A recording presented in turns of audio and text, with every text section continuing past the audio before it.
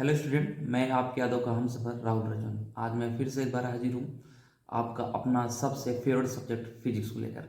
Physics में जो revision का चेकलिस्ट जारी है, उस चेकलिस्ट में कई स्टूडेंट के कहने पर मैं एक चैप्टर लेकर आया हूँ जिसका नाम है विद्युत चुम्बकीय प्रेरण, इंग्लिश बोले तो इलेक्ट्रोमैग्नेटिक इंडक्शन। जो बोर्ड में जो भी प्रश्न आते हैं थियोरेटिकल, उसको लेकर मैं आज चर्चा करूंगा। अगर आपको वीडियो पसंद आ जाएगा तो लाइक कर दीजिएगा, कमेंट बॉक्स में कमेंट कर दीजिएगा कि उसका न्यूमेरिकल भी मैं जरूर लेकर आ जाऊंगा। ठीक है, जो बोर्ड में न्यूमेरिकल आते हैं उसको रिलेटेड लेकर, तो एक एक क्वेश्चन को कैसे लिखना है एग्जाम में और कितना लिखना है उसको ना डिस्कस करेंगे हम लोग, उसको देखेंगे। एक बार और मैं बता दूँ कुछ बातें, और आपको फैक्ट अगर मैं बताऊँ तो कुछ स्टूडेंट क्या करते हैं, जो पूछा रहता है उसको ना लिखकर कुछ दूसरा कुछ लिख लेते हैं। तो एग्जाम में जितना पूछा हो बस उतना लिखिए, उससे ज़्यादा लिखने की जरूरत आपको नहीं है। जो पूछे वही, जैसे अगर आपसे पूछ रहा है कि अन्योन्य प्रेरण क्या होता है तो अन्योन्य प्रेरण लिखिए, ठीक, मात्रा को वी में लिख दीजिए। तो कुछ लोग क्या कर देते हैं, अन्योन्य प्रेरण गुणांक भी लिखते रहते हैं। ठीक है, तो इस सब दुविधा से आप बचिए। हाँ, मिसकॉन्सेप्शन है ये कि तब तब टीचर समझ जाता है कि बच्चे ने सिर्फ कॉपी किया हुआ, चीटिंग किया हुआ, ये समझ लेता है। तो आपको ये नहीं करना है, प्रश्न में जितना पूछा हुआ है उतने की हम चर्चा करके आपको दिखाएंगे, और कितना मोस्ट इंपॉर्टेंट है, ठीक है, उसकी भी चर्चा आज हम करेंगे। जितने मोस्ट मोस्ट इंपॉर्टेंट प्रश्न है उसको देखेंगे। और ये मान लीजिए कि इस चैप्टर का मैं गेस कर रहा हूँ कि इनमें से प्रश्न आ सकता है, ज़्यादातर प्रश्न यही आते हैं, तो इसलिए मैं इसकी चर्चा करूंगा आपके साथ। बने रहिए वीडियो के साथ। तो आइए स्टार्ट करते हैं।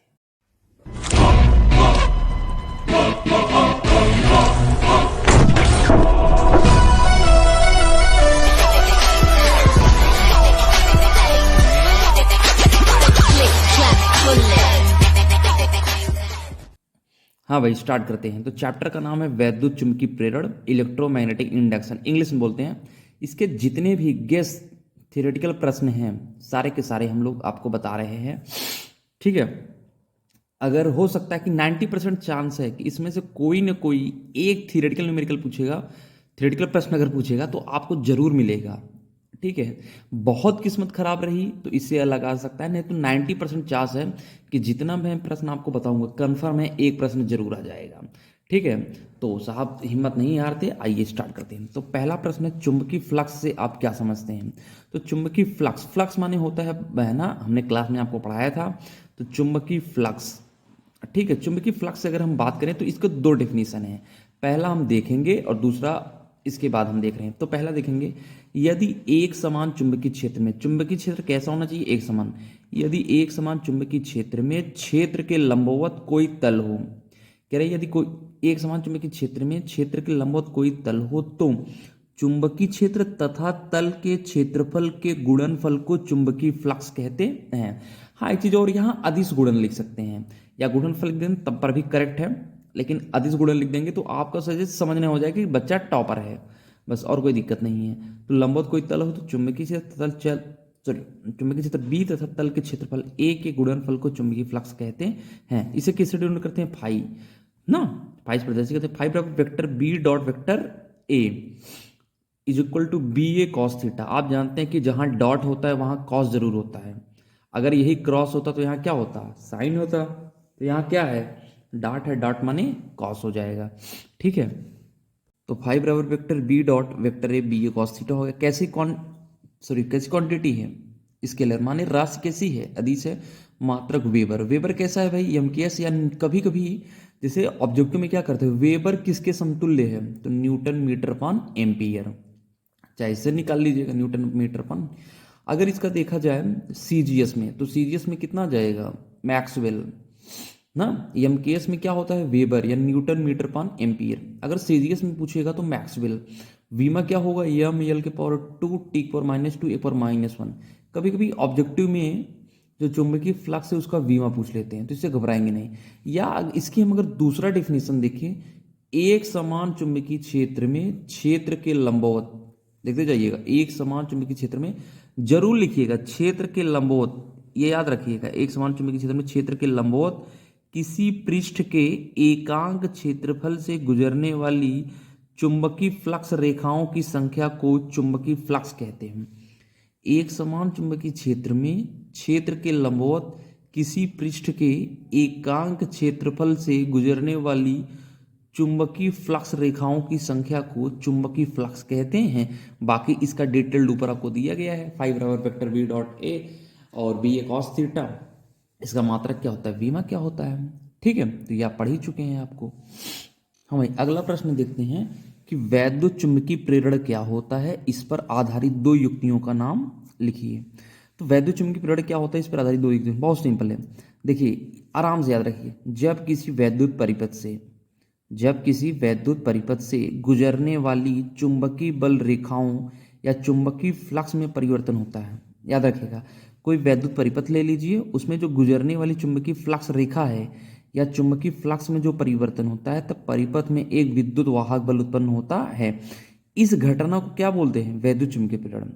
देखो विद्युत वाहक बल जो उत्पन्न होता है, इसी कारण से क्या बोलते हैं, वैद्युत चुंबकीय प्रेरण कहते हैं, तथा उत्पन्न वैद्युत वाहक बल को प्रेरित वैद्युत वाहक बल कहते हैं। ठीक है, प्रेरित विद्युत वाहक बल किसके कारण उत्पन्न होता है, चुंबकीय फ्लक्स में परिवर्तन के कारण।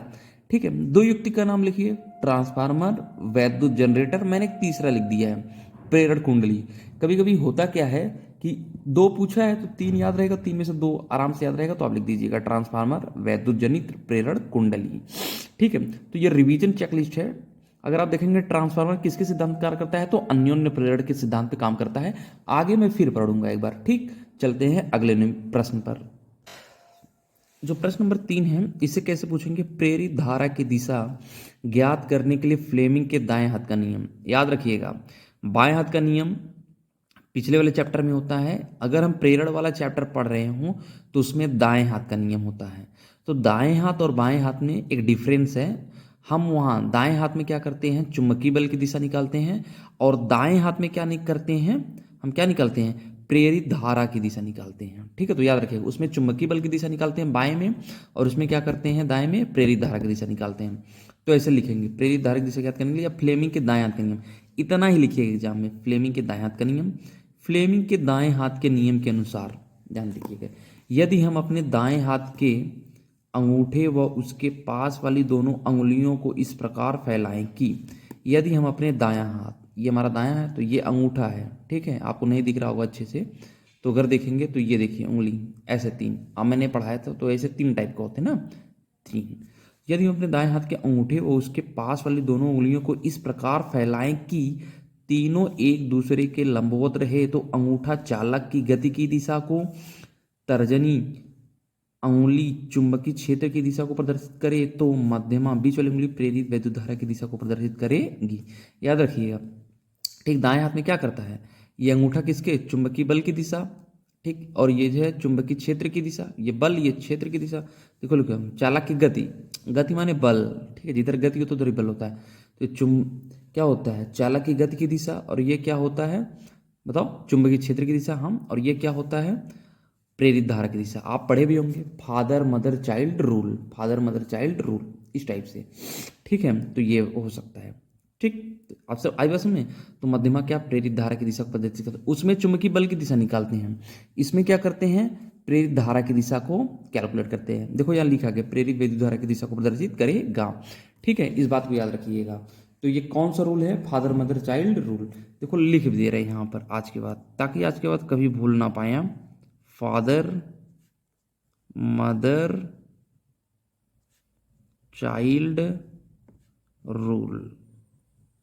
ठीक, ये हो जाएगा, तो कोई खास दिक्कत नहीं है। एक नंबर में कभी कभी आपसे अति लघु उत्तरी में पूछ लेते हैं। चलिए देखते हैं अगले। हाँ भाई, स्वप्रेरक गुणांक अथवा स्वप्रेरकत्व की परिभाषा मात्रा लिखी है। आपकी जानकारी के लिए मैं बता दूं कि स्वप्रेरक गुणांक अथवा स्वप्रेरकत्व सेम होता है, जबकि स्वप्रेरण इनसे भिन्न होता है। क्या होता है, आगे मैंने एक डेफिनेशन लिखा उसमें बता दूंगा, लेकिन आप ये जानते रहिए कि स्वप्रेरक गुणांक और स्वप्रेरकत्व दोनों सेम होता है, समझ बात। जबकि अगर मैं आपको बता दूं स्वप्रेरण अलग होता है, स्वप्रेरण एक घटना है, जबकि स्वप्रेरक गुणांक अथवा स्वप्रेरकत्व क्या है, एक मैथमेटिकल प्रोसेस है। तो इस बात को हमेशा आप याद रखिएगा। ठीक है, सीखते हैं, कह रहे हैं अच्छा है, पहले परिभाषा सॉरी फार्मूला देखते हैं, यल बराबर N five B upon I. ठीक है, N five B upon I, तो आई बराबर अगर हम एक रख देंगे तो L is equal to N five B, I बराबर कितना रख दें, 1 रख देंगे तो यल बराबर एन फाई बी। ठीक है, लिख रहे हैं जब किसी कुंडली में एकांक धारा प्रवाहित हो रही हो तो, जब किसी कुंडली में एकांक धारा प्रवाहित हो रही हो तो कुंडली में चुंबकीय फ्लक्स ग्रंथिकाओं की संख्या को स्वप्रेरण गुणांक कहते हैं। ठीक, एक एकांक को धारा हो गया, चुंबकीय फ्लक्स ग्रंथिकाओं की संख्या को स्वप्रेरण गुणांक कहते हैं, इसे यल से प्रदर्शित करते हैं। ठीक है, आगे अभी देखेंगे इसका दूसरा डेफिनेशन। ठीक है, अगर मैं इसका दूसरा डेफिनेशन देखूं तो कह रहे हैं जब किसी कुंडली में समय के सापेक्ष धारा परिवर्तन की दर एकांक हो। देखो यल बराबर minus E upon D I by D T, formula याद रखेंगे तो इसे समझ में आ जाएगा। D I by D T क्या है, डी आई क्या है, धारा है, डी टी क्या है, समय है। तो जाहिर सी बात है ये क्या हो जाएगा, समय के सापेक्ष धारा परिवर्तन। तो कह रहे हैं जब किसी कुंडली में समय के सापेक्ष धारा परिवर्तन की दर एकांक हो, मतलब D I by D T 1 हो, तो कुंडली में उत्पन्न प्रेरित विद्युत वाहक बल के संख्यात्मक मान को स्वप्रेरण गुणांक कहते हैं। खत्म। D I by D T कितने रख दीजिए, 1 रख दीजिए। ठीक है, तो सापेक्ष धारा परिवर्तन की दर एकांक हो तो कुंडली में उत्पन्न प्रेरित विद्युत वाहक बल के संख्यात्मक मान को स्वप्रेरण गुणांक कहते हैं। यल बराबर क्या हो जाएगा, minus E upon D I by D T. ये दिख रहा होगा आपको। ये एक राशि कैसी है, अदिश। कैसी है, अदिश। अगर मैं आपको और दिखाता चलूं, यल राशि, राशि कैसा है, अदिश है। ये इसकी राशि कैसी है, अदिश। मात्रक स्वप्रेरण अन्योन्य प्रेरण का बहुत पूछता है, तो स्वप्रेरण हो चाहे अन्योन्य प्रेरण, उसका मात्रक क्या होता है, हेनरी, एसआई यूनिट है। या लिख सकते हैं हम volt upon ampere second, volt upon ampere second. इसकी वीमा की अगर मैं बात करूँ, M L square T power minus two एक पावर माइनस वन। देखो M L square T power minus two, ये तो ऊर्जा का होता है, एक पावर माइनस टू लगा देंगे तो हेनरी हो जाएगा। अगर एक पावर माइनस वन रहेगा तो वेबर हो जाएगा। ठीक, कभी कभी पूछ लेते हैं एक नंबर में, क्रोड रखने पर स्वप्रेरक का मान क्या होगा, क्रोड रखने पर क्या हो जाएगा, सॉरी, जब भी हम क्रोड रखेंगे चाहे अन्योन्य प्रेरकत्व हो चाहे स्वप्रेरकत्व हो, उसका मान बढ़ना फिक्स है। तो इस बात को याद रखिएगा कि क्रोड रखने पर चाहे हमारा स्वप्रेरकत्व हो चाहे अन्योन्य प्रेरकत्व, दोनों का मान ऑलरेडी बढ़ेगा ही बढ़ेगा। यहाँ एक हेनरी स्वप्रेरण गुणांक की परिभाषा दी थी, तो यल बराबर minus E upon delta E upon delta T. यदि delta E upon delta T बराबर 1 एम्पियर पर सेकेंड हो तथा ई बराबर 1 वोल्ट हो तो यल बराबर 1 हेनरी। यदि delta E upon delta T is equal to 1 ampere पर सेकेंड तथा ई बराबर 1 वोल्ट तो यल बराबर 1 हेनरी। याद रखना भाई, इसका मान एक हो जाए, इसका मान एक हो जाए तो यल बराबर एक हमें कह रहे हैं यदि किसी कुंडली में समय के सापेक्ष धारा परिवर्तन की दर 1 एम्पियर पर सेकेंड हो, यदि किसी कुंडली में समय के सापेक्ष, टी समय है, समय के सापेक्ष धारा परिवर्तन की दर 1 एम्पियर पर सेकेंड होने पर कुंडली में प्रेरित विद्युत वाहक बल का मान 1 वोल्ट है। ई का मान क्या हो जाएगा, प्रेरित विद्युत वाहक बल का मात्रक क्या होता है, वोल्ट होता है। 1 वोल्ट हो तो कुंडली का स्वप्रेरण गुणांक 1 हेनरी होता है। समझ में आई बात। तो इस बात को हमेशा याद रखिएगा। ठीक, आप क्या करिएगा, ऐसे लिख दीजिएगा, लिखने के बाद इसको डिफाइन कर देंगे तो टीचर को लग जाएगा, चेक करने वाला को तो समझ जाएगा किसी अच्छे टीचर ने पढ़ाया है तभी आपको आ रहा है। इस बात को हमेशा याद रखेंगे। ठीक है, ठीक, समझ आया ना।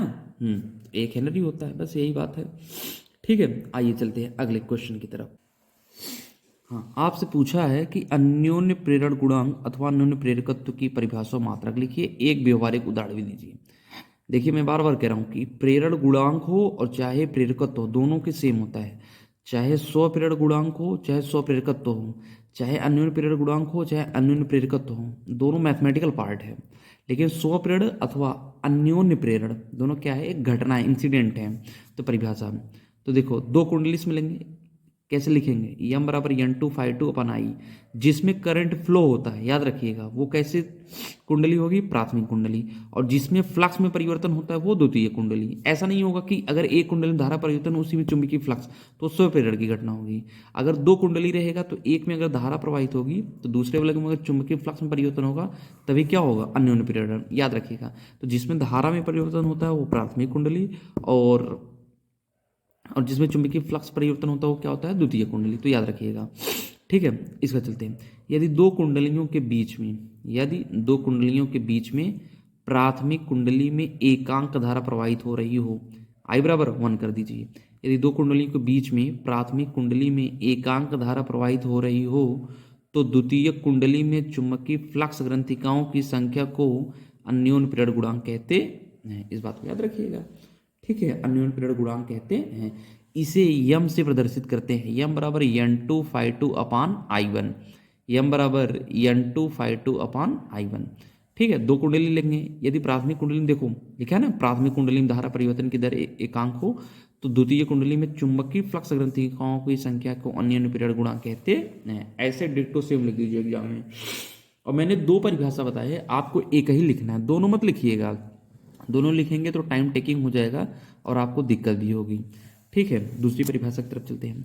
कह रहे हैं जब दो कुंडलियों के बीच प्राथमिक कुंडली में धारा परिवर्तन की दर एकांक हो, ये देखो delta I1 by delta T, यहां लिख सकते थे, एक थोड़ा सा और बढ़ा देंगे, जब दो कुंडलियों के बीच प्राथमिक कुंडली में समय के सापेक्ष धारा परिवर्तन की दर एकांक हो, तो द्वितीय कुंडली में उत्पन्न प्रेरित विद्युत वाहक बल को अन्योन्य प्रेरण गुणांक कहते हैं। देखो, धारा जिसमें प्रवाहित होता है प्राथमिक कुंडली और जिसमें चुंबकीय फ्लक्स परिवर्तन होता है, उसके कारण प्रेरित विद्युत वाहक बल, प्रेरित विद्युत वाहक बल, तो ये क्या बोलते हैं, अन्योन्य प्रेरण गुणांक कहते हैं। राशि कैसी है, अदिश, मात्रक क्या है, एनरी है, इसका विमा M L square T power minus 2 1 power minus 2।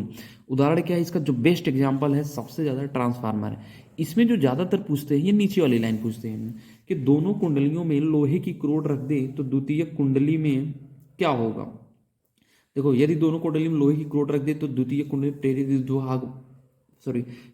विद्युत वाहक बल का मान बढ़ जाता है, जिससे कुंडलियों में अन्योन्य प्रेरकत्व का मान बढ़ जाता है। ठीक है, तो ये काफी इंपॉर्टेंट है, मोस्ट जो अब तक पढ़े हैं सब मोस्ट इंपॉर्टेंट है। ठीक है, तो इसे अच्छे से पढ़ लीजिएगा, आपके एग्जाम में काफी हेल्प करेगा, तो इस बात को हमेशा याद रखिएगा। ठीक है, कमेंट बॉक्स में जरूर करिएगा। हाँ, ये लघुत्री में बहुत पूछते हैं। ठीक है, रामबाण औषधि है। तो लेंज का नियम क्या है, समझाइए कि लेंज का नियम ऊर्जा संरक्षण पर आधारित है। तो ये तो ढेर सारे लोगों को पता ही होता है, लेकिन फिर भी जानकारी के लिए मैं आपको बता देना चाहता हूँ, एक बार रट लेंगे तो आपको अच्छा लगेगा।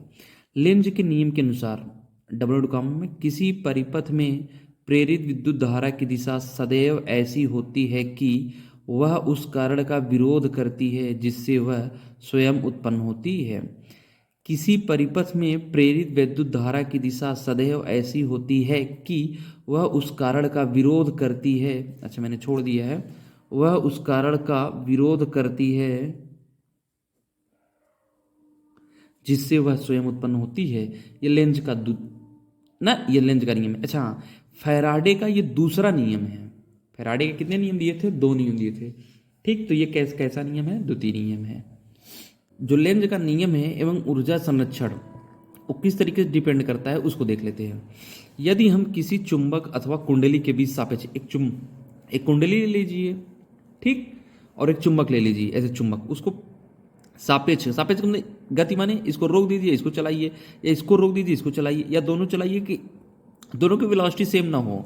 तो इस किसी चुंबक तथा कुंडली के बीच सापेक्ष गति कराने के लिए कुछ यांत्रिक कार्य करना पड़ता है। भाई कार्य कराएंगे, सॉरी इसको पास ले जाएंगे तो हमें कार्य करना ही पड़ेगा, कुछ यांत्रिक कार्य करना पड़ता है। यांत्रिक कार्य करने में व्यय यांत्रिक ऊर्जा ही वैद्युत ऊर्जा में परिवर्तित तो होकर प्रेरित वैद्युत वाहक बल तथा प्रेरित धारा के रूप में प्राप्त होती है।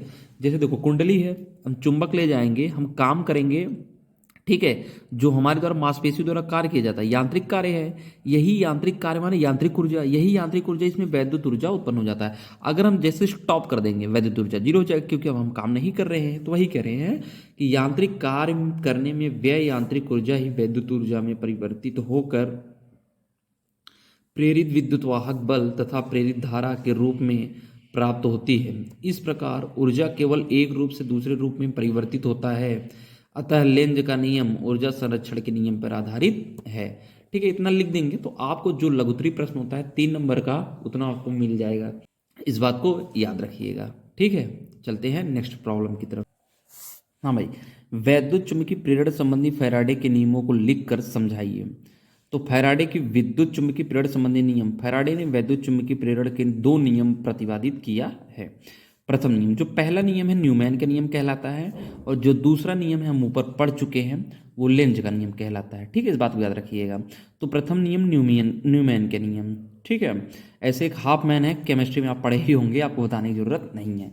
तो फैराडे के प्रथम नियम के अनुसार जब किसी परिपथ से बद्ध चुंबकीय फ्लक्स में परिवर्तन होता है, जब किसी परिपथ से बद्ध चुंबकीय फ्लक्स में परिवर्तन होता है तो परिपथ में एक प्रेरित विद्युत वाहक बल उत्पन्न होता है जिसका परिमाण वह चुंबकीय फ्लक्स के परिवर्तन की ऋणात्मक दर के बराबर होता है। देखिए ये मैथमेटिकल पार्ट देख लीजिए, ऐसे लिखना है, जब किसी परिपथ से बद्ध चुंबकीय फ्लक्स में परिवर्तन होता है, जब किसी परिपथ से बद्ध चुंबकीय फ्लक्स में परिवर्तन होता है तो परिपथ में प्रेरित विद्युत वाहक बल उत्पन्न होता है जिसका परिमाण चुंबकीय फ्लक्स के परिवर्तन के ऋणात्मक दर के बराबर होता है। ठीक, ये लिखा है।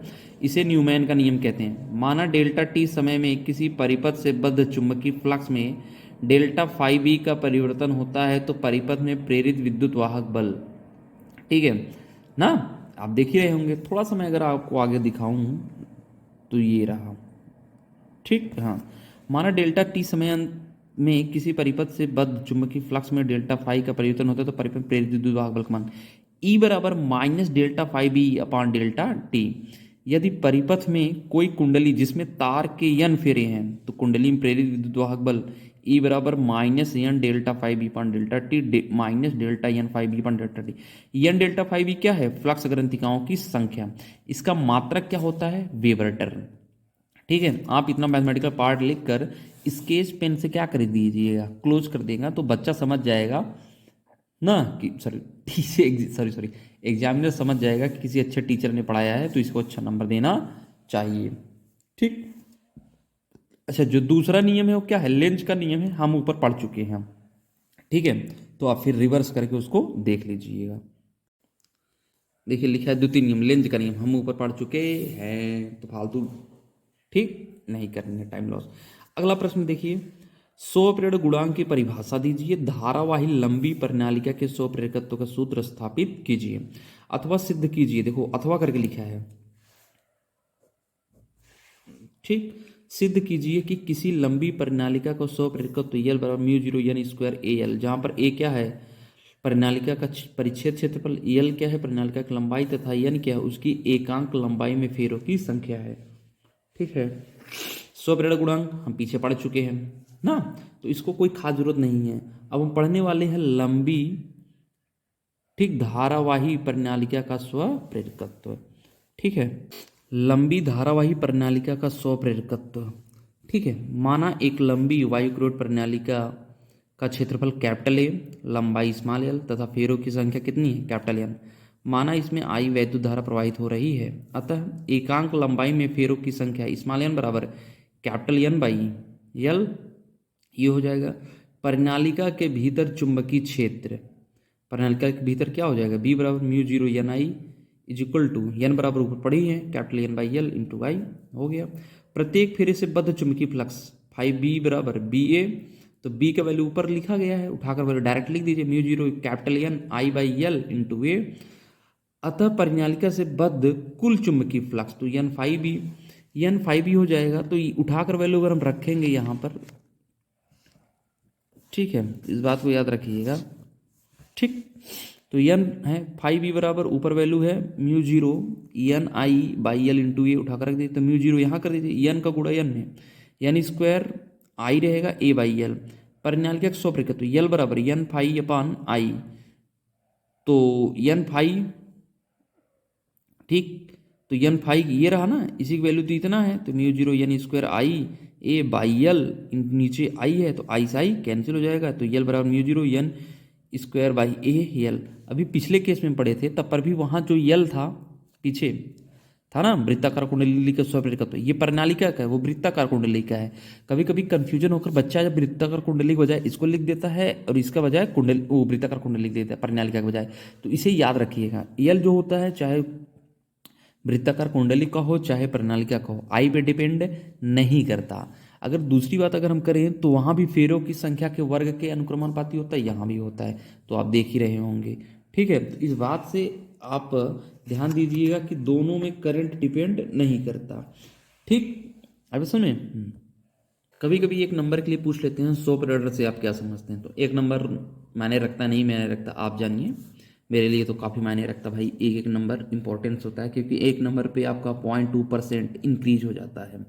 ठीक है, सोचिए अगर किसी बच्चे का 299 हो और एक नंबर अगर पा जाता तो उसका 60% हो जाता, तो इसलिए एक एक नंबर काफ़ी इंपॉर्टेंट है। 100 किसी कुंडली में प्रवाहित विद्युत धारा के मान में परिवर्तन करने पर कुंडली में प्रेरित विद्युत वाहक बल तथा प्रेरित धारा उत्पन्न हो जाती है। विद्युत चुम्बकीय प्रेरण की इस घटना को 100। देखिए एक कुंडली लीजिए, उसी में प्रवाहित विद्युत धारा कीजिए, प्रवाहित विद्युत धारा में ही ना परिवर्तन कीजिए, चुंबकीय फ्लक्स परिवर्तन होगा तो प्रेरित विद्युत वाहक बल उसी में उत्पन्न होगा, प्रेरित धारा भी उसी में उत्पन्न होगा। तो क्या बोल देंगे 100। कितने अच्छे से मैंने लिखा है, किसी कुंडली में प्रवाहित विद्युत धारा के मान में परिवर्तन करने पर कुंडली में प्रेरित विद्युत वाहक बल तथा प्रेरित धारा उत्पन्न हो जाती है। इस घटना को क्या बोल देते हैं 100। ठीक है, इस बात को याद रखिएगा। हाँ, नेक्स्ट प्रॉब्लम देखिए, एक समतल वृत्ताकार कुंडली के लिए 100 प्रेरकत्व का व्यंजक प्राप्त कीजिए। ये बहुत दिनों से पूछा नहीं गया है, लेकिन मुझे लगा कि काफ़ी इंपॉर्टेंट है साहब, और किसी साल पूछ देगा तो बच्चे उसी एग्जाम हॉल में स्विच ऑफ हो जाएंगे। ठीक है, तो ये भी मेरे हिसाब से मोस्ट इंपॉर्टेंट नहीं है, वेरी इंपॉर्टेंट है, और जिस साल पूछ देगा उस साल शायद मोस्ट इंपॉर्टेंट हो जाए। तो समतल वृत्ताकार कुंडली का 100 प्रेरकत्व, ऐसे हेडिंग लिखेंगे, ऐसे एरो बना देंगे। माना स्मॉल आर त्रिज्या तथा कैपिटल एन फेरो की एक समतल वृत्ताकार कुंडली में आई धारा प्रवाहित हो रही हो तो, माना स्मॉल आर त्रिज्या तथा एन फेरो की एक समतल वृत्ताकार कुंडली में आई धारा प्रवाहित हो रही है तो कुंडली के केंद्र पर चुंबकीय क्षेत्र B zero mu zero N I by 2r।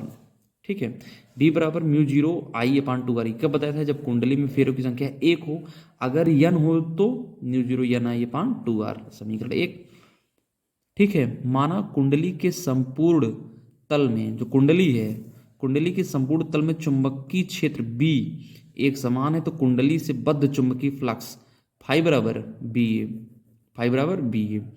ठीक है, तो ये आपका हो गया। अब समीकरण 1 से B का मान और A बराबर क्या होता है पाई आर स्क्वायर। अगर मैं इसकी वैल्यू को रख दे रहा हूं, ठीक, तो यहां से हो जाएगा, यहाँ थोड़ा सा और आगे खिसकाऊं तो मैं, हाँ ये देखिए, तो फाइव बराबर mu zero N I by 2r और ए बराबर पाई आर स्क्वायर। एक आर से एक आर कैंसिल हो जाएगा, देखिए ए बराबर पाई आर स्क्वायर ना, इसलिए लिख दिया कुंडली का क्षेत्रफल ए पाई आर स्क्वायर। तो एक आर से एक आर कैंसिल हो जाएगा, तो म्यू जीरो पाई यहाँ से पाई एन आई यहाँ से और एक आर यहाँ से बचा है आर बाई 2। कुंडली का 100 प्रेरक गुणांक 100 प्रेरकत्व। ठीक, एल बराबर एन फाई बाई आई, तो एन बाई आई कॉमन कर लेंगे, फाई की वैल्यू रख देंगे mu zero pi N I R by 2, तो आई से आई कैंसिल, एल बराबर mu zero pi N square R by 2। ये क्या है, वृत्ताकार कुंडली का 100 प्रेरकत्व। एक बात और याद रखें कि जो यल होता है विद्युत धारा ना, उस पर निर्भर नहीं करता। क्यों नहीं करता, क्योंकि इसमें आई का मान है नहीं, आई तो है नहीं, तो इसलिए उस पर डिपेंड नहीं करता। और जो फेरों की संख्या है, देखो फेरों की संख्या उसके स्क्वायर पे, ये है ना स्क्वायर, तो स्क्वायर के क्या होता है, अनुक्रमानुपाती होता है। आइए चलते हैं नेक्स्ट क्वेश्चन पर। हाँ भाई, अन्योन्य प्रेरण से आप क्या समझते हैं ना, मतलब क्या अभिप्राय है। अन्योन्य प्रेरण गुणांक की परिभाषा एवं मात्रक लिखिए। दो समतल कुंडलियों के बीच अन्योन्य प्रेरकत्व के लिए सूत्र स्थापित। दो वृत्तीय कुंडलियां जिनकी त्रिज्या स्मॉल आर कैपिटल आर है, कोई समाज रखा गया, केंद्र एक ही है और कैपिटल आर बहुत बड़ा है स्मॉल आर के लिए, अन्योन्य प्रेरण गुणांक याद कीजिएगा।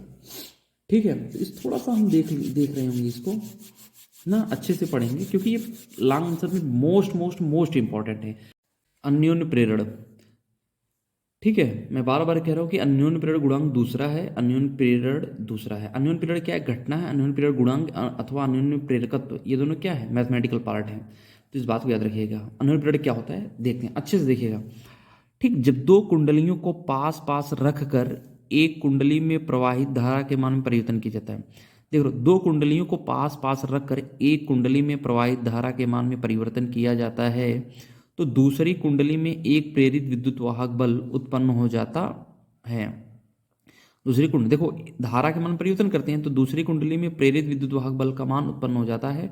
इस घटना को अन्योन्य प्रेरण करते हैं। जिस कुंडली में धारा प्रवाहित होती है, परिवर्तित की जाती है ना, या प्रवाहित होती है, इसे भी लिख सकते हैं, उसे प्राथमिक कुंडली कहते हैं। जिस कुंडली प्रेरित विद्युत वाहक बल उत्पन्न होता है उसे द्वितीय कुंडली कहते हैं।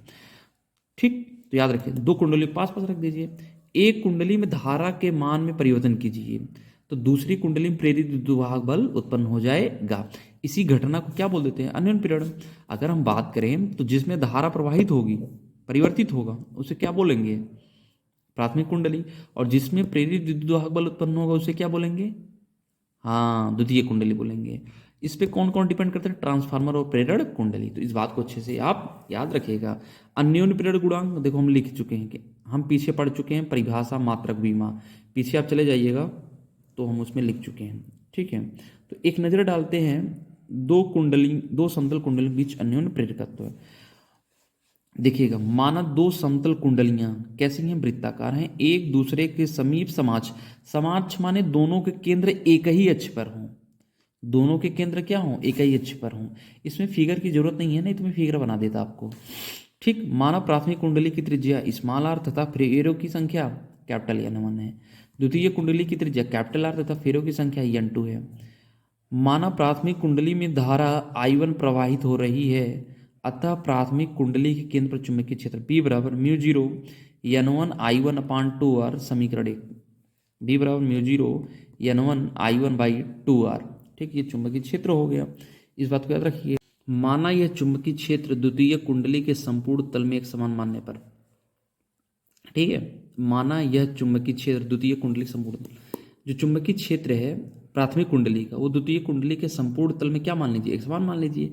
तो द्वितीय कुंडली से गुजरने वाला चुंबकीय फ्लक्स φ2 बराबर बी ए। समीकरण 1 से अभी बी बराबर हम कितनी वैल्यू निकाले? Mu zero N1 I1 by 2R निकाले हैं ना। हाँ, तो उसका मान यहाँ रख दीजिए। तो φ2 बराबर mu zero N1 I1 by 2R और ए बराबर पाई आर स्क्वायर। ये द्वितीय कुंडली का क्षेत्रफल है, जो ये है, ये क्या है? द्वितीय कुंडली का क्षेत्रफल पाई आर स्क्वायर। तो म्यू जीरो पाई यहाँ से N1 यहाँ से I1 यहाँ से आर स्क्वायर यहाँ से 2R। अतः कुंडलियों के बीच अन्योन्य प्रेरकत्व एम बराबर N2 φ2 बाई I1। तो N2 I1 रख दीजिए, सॉरी N2 I1 ऐसे लिख दीजिए ब्रैकेट में φ2, तो φ2 वैल्यू ऊपर दिया गया है। अगर हम φ2 वैल्यू ऊपर देखें तो जो दिया गया है उठाकर यहाँ रख दीजिए। Mu zero pi N1 I1 R square by 2R। तो I1 से I1 कैंसिल हो जाएगा, तो यम बराबर क्या बच जाएगा? Mu zero pi R square N1 N2 by 2R। ठीक, अगर हम देखें, हाँ यहाँ देखिए, सॉरी सॉरी सॉरी सॉरी, हाँ, यम बराबर क्या हो जाएगा? Mu zero pi R square N1 N2 by 2R। अभी एक बार बोला, एक बार रिपीट कर देंगे हम। तो यह कुंडलियों के बीच अन्योन्य प्रेरकत्व जो होता है, दोनों कुंडली में फेरों की संख्या के गुणनफल के अनुक्रमानुपाती होता है। ठीक, आप देख ही रहे होंगे ना। कभी कभी इसमें एक प्रश्न आपको और थोड़ा सा ऐड कर देता है कि अगर दोनों कुंडलियों के बीच, ठीक, क्रोड रख दें। क्रोड माने क्या होता है? नर्म लोहा। तो बताओ अन्योन्य प्रेरकत्व तो बढ़ेगा, घटेगा, नियत रहेगा या कुछ कोई परिवर्तन नहीं होगा? तो बढ़ता है। अन्योन्य प्रेरकत्व का मान क्या होता है? बढ़ जाता है। इस बात से याद रखिएगा। तो ये काफी मोस्ट इंपॉर्टेंट आपका प्रश्न है, तो इसको एक दो बार पढ़ लेंगे मेरी वीडियो से तो आपको याद हो जाएगा। देखो फिर दिया, अन्योन्य प्रेरकत्व की परिभाषा दीजिए। दो समाज परिनालिकाओं के बीच अन्योन्य प्रेरकत्व को व्यंजक ज्ञात कीजिए। अभी पीछे अगर हम देखें तो यहाँ दिया है दो समतल कुंडली, याद रखिएगा, दो समतल कुंडली माने वृत्ताकार कुंडली के बीच। लेकिन अगर यहाँ हम देखेंगे तो दो समाज परिनालिकाओं के बीच अन्योन्य प्रेरकत्व का व्यंजक ज्ञात कीजिए। तो हम पीछे पढ़ चुके हैं, दो समाज परिनालिकाओं के बीच अन्योन्य प्रेरकत्व है। माना दो लंबी समाज परिनालिका जिनकी त्रिज्याएं क्रमशः R1 व R2 तथा एकांक लंबाई में फेरों की संख्या क्रमशः N1 व N2 है। ठीक है, देखो कैपिटल N1 कैपिटल N2 क्यों नहीं लिखा है? क्योंकि फेरों की संख्या नहीं है, बल्कि एकांक लंबाई में फेरों की संख्या कितनी। एकांक लंबाई जब भी रहेगा तो ये स्मॉल n रहेगा, तो पता है आपको। यदि भीतरी परिनालिका में धारा I1 प्रवाहित हो रही हो तो उसके अक्ष पर चुंबकीय क्षेत्र है। तो B बराबर म्यू जीरो N I। तो यहाँ भीतरी माने पहली परिनालिका है, तो B1 बराबर म्यू जीरो N1 I1। ठीक, N1 I1 तो पहली क्या है हमारी परिनालिका है, तो इसलिए 1 1 लिखा गया सब, समीकरण 1। अगर इसके बाद अगर हम बात करें तो इस चुंबकीय क्षेत्र के कारण, एक सेकंड, हाँ, इस चुंबकीय क्षेत्र के कारण बाहरी परिनालिका से बद्ध चुंबकीय फ्लक्स, इसका मतलब दूसरी कुंडली। अगर हम दूसरी कुंडली की बात कर लें तो N2 φ2 is equal to M I1, N2 φ2 is equal to M I1 ये हो जाएगा। जहां पर N2 बराबर बाहरी परिनालिका में फेरों की कुल संख्या, M बराबर क्या हो जाएगा? परिनालिकाओं के बीच अन्योन्य प्रेरकत्व है। φ2 आपको पता है चुंबकीय फ्लक्स, M क्या अन्योन्य प्रेरकत्व लिखा है परिनालिकाओं के बीच, I1 क्या है? प्राथमिक परिनालिका में प्रवाहित धारा, और φ2 क्या है? चुंबकीय फ्लक्स N2 पता ही आपको। तो N2 φ2 बराबर BA होता है। तो चुंबकीय जो क्षेत्र है वो प्राथमिक कुंडली का है, इसीलिए B1 लिखा गया, और क्षेत्रफल किसका है, दूसरी कुंडली का। तो N2 B1 A2 is equal to M1 I1। तो M बराबर I1 को इधर भेज दीजिए, तो N2 B1 A2 नीचे I1, ये हो गया। समीकरण 1 से B1 बराबर क्या है, म्यू जीरो N1 I1 ये है। तो M बराबर हो जाएगा N2 ब्रैकेट में म्यू जीरो N1 I1, नीचे I1 है ही, और ये A2 है तो पाई R2 स्क्वायर। तो I1 से I1 कैंसिल हो जाएगा। अगर कैंसिल हो जाएगा ये, तो अब हम देखेंगे अगर, ठीक है, चूंकि N2 बराबर N2 बाई L, एक्चुअली मैंने आपको बताया था पिछले में ना, कुछ देर पहले, स्मॉल एन बराबर कैपिटल एन बाई एल। तो 2 है तो यहाँ 2 हो गया, N2 small N2 capital N2 by L. यहाँ पर N2 इंटू इसका मल्टीप्लाई इधर कर दो, N2L हो जाएगा। तो जो कैपिटल N2 है एक्चुअली में हमें ये मालूम है नहीं, हमें स्मॉल एन मालूम है, तो स्मॉल एन वाला रखेंगे, तो N2L रख दीजिए ना। तो M बराबर क्या हो जाएगा, म्यू जीरो पाई यहाँ से N1 N2 L यहाँ से R2 स्क्वायर, एक फार्मूला ये हो गया। ये आप मत लिखिएगा, एक्चुअली ये मुझसे लिख रहा था मैं, गलती हो गया। ऊपर और नीचे L से मल्टीप्लाई कर दीजिए, ये L इसके साथ करते हैं, म्यू जीरो पाई L इसके साथ N1 L और N2 L ऊपर कर देंगे, कट जाएगा, फिर वही आ जाएगा। तो L 1/L R2 स्क्वायर। तो M बराबर म्यू जीरो पाई क्यों किया गया था, N1 N2 R2 square by L। कभी कभी ना क्या करते हैं जो एग्जामिनर होते हैं, पेपर सेटर, वो इसको पूछ लेते हैं कैपिटल N1 N2, तो कुछ करना थोड़ी नहीं है, ऊपर और नीचे L से मल्टीप्लाई करा दीजिए, एक L इसके साथ हो जाएगा, एक L जो ऊपर वाला होगा देखो यहाँ हो या नीचे वाला यहाँ, ठीक है। तो ये भी मोस्ट इंपॉर्टेंट है अन्योन्य प्रेरकत्व का दोनों, क्योंकि इस अन्योन्य प्रेरकत्व के दोनों क्वेश्चन मोस्ट इंपॉर्टेंट है, इसलिए आप अच्छे से पढ़ लीजिएगा तो आपको ज़्यादा दिक्कत नहीं होगी, ठीक है। हाँ हाँ, महामोस्ट दोनों वाल इंपॉर्टेंट है। इसके बाद जो मैं बताने वाले जा रहा हूँ, तो आप समझ लीजिए इस चैप्टर का रामबाण औषधि होगा, ठीक है, उसको जरूर देखिएगा। इस क्वेश्चन को जरा ध्यान से पढ़ लीजिए और मन में बैठा लीजिए, ठीक है, ताकि दिक्कत न होने पाए, ठीक।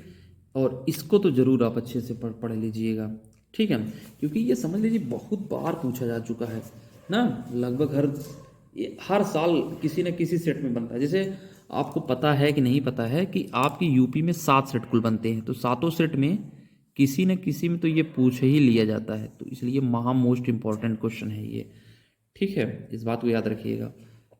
लिख भी दे रहा हूँ, मोस्ट इंपॉर्टेंट है।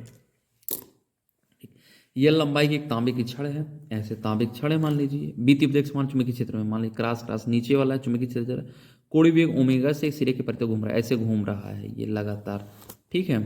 ओमेगा सिद्ध कीजिए छड़ के सिर्फ प्रेरित विद्युत वाहक बल E बराबर B ओमेगा L स्क्वायर, यदि छड़ का प्रतिरोध कैपिटल R तो उसमें प्रेरित धारा क्या होएगा, ठीक है। तो इस बात को याद रखिएगा, काफी अच्छा प्रॉब्लम है, कई बार पूछा हुआ है, इस बात को याद रखिएगा, ठीक। तो आइए एक नज़र डालते हैं इस पर, स्टार्ट करें।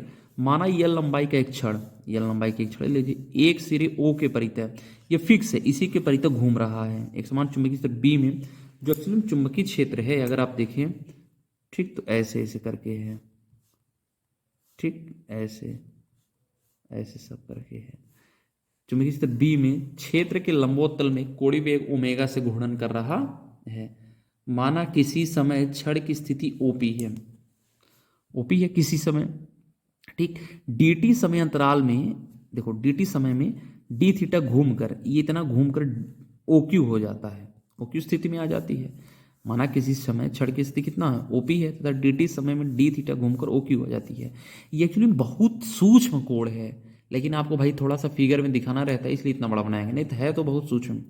अतः dt समय में छड़ द्वारा घूमा गया क्षेत्रफल, ठीक, dA हाफ आधार गुणे ऊंचाई, आपको पता ही होगा ना, 1/2 B इंटू H, तो ये बेस इंटू हाइट। तो ये त्रिभुज मान लीजिए, ये बहुत छोटा है तो कर्व न मानकर क्या मान लेते हैं, इसको लाइन मान लेते हैं, तो ये आधार हो जाएगा, ये परपेंडिकुलर, तो ये d थीटा, समझे। कोण बराबर क्या होता है, चाप बटा त्रिज्या, चाप हमें पता नहीं है, चाप को x मान लीजिए, त्रिज्या कितना है, L है, तो d थीटा इंटू L हो जाएगा। तो dA हाफ आधार कितना है, ये आधार L, और लंब कितना है, L d थीटा हो जाएगा, तो L स्क्वायर हो जाएगा, half L square d theta. हाँ, अब क्षेत्रफल परिवर्तन की दर तो D A by D T हो जाएगा। D A by D T is equal to half L square D theta upon D T, दोनों पक्षों में डी टी डी टी भाग दिया गया, तो D theta upon D T क्या हो जाएगा, ओमेगा हो जाएगा। अतः D A by D T 1/2 L square D theta by D T क्या हो जाएगा, ओमेगा। समीकरण 1 मान लीजिए। और छड़ से बद्ध चुंबकीय फ्लक्स फाइव बराबर बी ए, छड़ के घूमने के कारण, अब देखो यहीं पर कहानी है, छड़ के घूमने के कारण चुंबकीय फ्लक्स में परिवर्तन की दर, तो D five B upon D T is equal to D upon D T B A, ठीक, B into D A by D T, ठीक है। तो छड़ में प्रेरित विद्युत वाहक बल का मान ई बराबर D five B upon D T, तो B D A by D T, और D A by D T ऊपर क्या लिखे, हाफ एल स्क्वायर ओमेगा, तो B into 1/2 L square omega. अभी ऊपर अगर हम देखें तो भाई लिखा है ना D A by D T, समीकरण 1 से रख देंगे, तो ई बराबर हाफ आगे ले लीजिए बी ओमेगा एल स्क्वायर, और छड़ में प्रेरित धारा आई बराबर ई बाई आर, तो B omega L square by 2r। ये महा मोस्ट इंपॉर्टेंट आपका क्वेश्चन है, इस बात को हमेशा आप याद रखिएगा। तो इस तरीके से ये आपका चैप्टर खत्म हुआ। जितने भी सैद्धांतिक प्रश्न थे, थियोरेटिकल प्रश्न, सारे के सारे इससे बाहर आपसे नहीं पूछेगा, ठीक है। हाँ, अगर किस्मत एक 99% चांस है आपको इसी से मिल जाएगा, और 1% चांस है नहीं मिलेगा, हो सकता है 1% 99% चांस में बदल जाए, बहुत रेयर केस में होगा, नहीं तो इससे आपका बाहर नहीं जाएगा। 7 सेट में से कन्फर्म है कि 6 सेट में कोई ना कोई प्रश्न आपको मिल ही जाएगा, ठीक है। तो बाकी आपके ऊपर निर्भर करता है आप कितना इसे लर्न कर पाते हैं। एक बात हाँ, और अगर आपको ये वीडियो और मेरा जो मेहनत है आपको अच्छा लगा हो तो लाइक कर दीजिएगा। कमेंट बॉक्स में ज़रूर लिखिए, क्या लिखेंगे आपको, और कौन सा चैप्टर ऐसा है जो टफ लगता है उसका प्रश्न आपको चाहिए, और ऐसे ही लिख के समझाऊंगा, और काफ़ी आसान भाषा में, और आपको एग्जाम में डिट्टो सेम ऐसे लिखना है। 2-3 बार आप अगर वीडियो को आप देख लेते हैं तो आपको कोई दिक्कत नहीं होगा, ठीक है, लर्न हो जाएगा पूरा। बोर्ड एग्जाम पास करने में कोई टफ काम नहीं है, हाँ टफ थोड़ा सा हो जाता है अच्छा नंबर लाने में, ठीक है। तो कमेंट बॉक्स में जरूर लिख दीजिएगा कि कौन सा आपको ऐसा चैप्टर जो परेशान कर रहा है उसका मैं प्रश्न लेकर आऊँगा, और काफ़ी सिंपल तरीके से। और एक बात, हाँ अगर इसका न्यूमेरिकल चाहिएगा तो ज़रूर उसको भी लिख दीजिएगा, मेंशन कर दीजिएगा, मैं उस पर ज़रूर आपको न्यूमेरिकल बनाकर आपको अपलोड कर दूँगा, ठीक है। तब तक के लिए बाय बाय। अगर हाँ एक बात और, अगर चैनल पर नए होंगे सब्सक्राइब कर लीजिएगा, ठीक है। Thank you, wish you all of. बाकी साहब आप मेहनत करते रहें और आगे बढ़ते रहें।